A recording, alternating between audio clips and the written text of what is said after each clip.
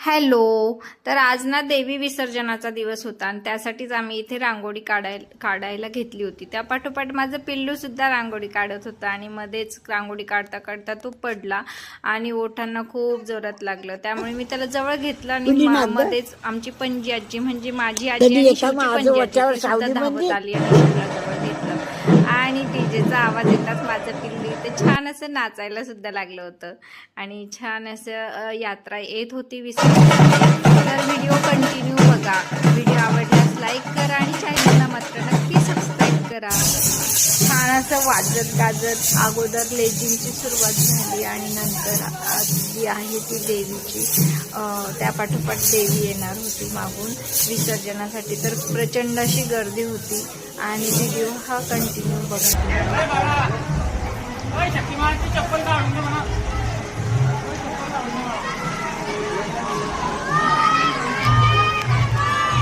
तर देवीचा हा विसर्जनाचा दिवस खूप भावूक होता आणि हृदयस्पर्शी सुद्धा होता तितकाच.